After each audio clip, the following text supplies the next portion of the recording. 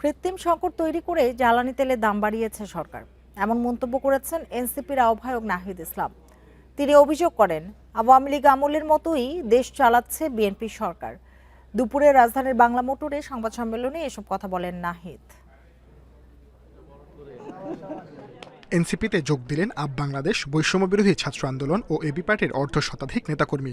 এ সময় নেতারা বলেন, জুলাই গণ অভ্যুত্থানকে ধারণ করে ঐক্যবদ্ধভাবে কাজ করলে জন আকাঙ্ক্ষা পূরণ সহজ হবে। জুলাই গণ অভ্যুত্থানের যে চেতনা, যে স্পিরিট, যে আকাঙ্ক্ষা, সেটি বাস্তবায়নে, সংস্কার বাস্তবায়নে কাজ করতে চায়। মনে হচ্ছে প্রত্যেককে আসলে একত্রিত হওয়া উচিত। সামগ্রিকভাবে ঐক্যবদ্ধভাবে জাতিকে একসাথে নিয়ে যে সংস্কারের প্রত্যাশা এবং যে গণ অভ্যুত্থানের আকাঙ্ক্ষা, সেই আকাঙ্ক্ষাকে বাস্তবায়ন করার জন্য একসাথে কাজ করাটা অতীব জরুরি হয়ে দাঁড়িয়েছে।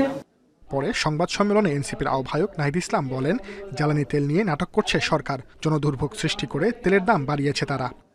কোন একটা কৃত্রিম সংকট তৈরি করে, মানুষের একটা ভোগান্তি তৈরি করে, তারপরে দামটা বৃদ্ধি করা হলো। কারণ মানুষের কাছে এখন অপশন দুইটা, যে সে তেলের পাম্পে দাঁড়িয়ে থাকবে, লাইন ঘন্টার পর ঘন্টা, তেল পাবে না। এখন তার কাছে তেলের লাইনে দাঁড়ানোর থেকে দাম বেশি হলেও সে কিনতে আগ্রহী। তিনি মন্তব্য করেন, দেশ এখন আগের নিয়মেই চলছে, পার্থক্য শুধু আওয়ামী লীগের জায়গায় বিএনপি দেশ চালাচ্ছে। দেশের বিচার ব্যবস্থা থেকে শুরু করে সব জায়গায় আমরা যে সংস্কারের কথা বলেছি, ঐক্যমত কমিশনে গণভোটের মাধ্যমে যে সংস্কারের সম্ভাবনা তৈরি হয়েছিল, বিএনপি সরকার সব সম্ভাবনাকে নষ্ট করে দিচ্ছে। শুধুমাত্র আওয়ামী লীগের জায়গায় একটা বিএনপি সরকার প্রতিস্থাপিত হয়েছে এই নির্বাচনের মধ্য দিয়ে।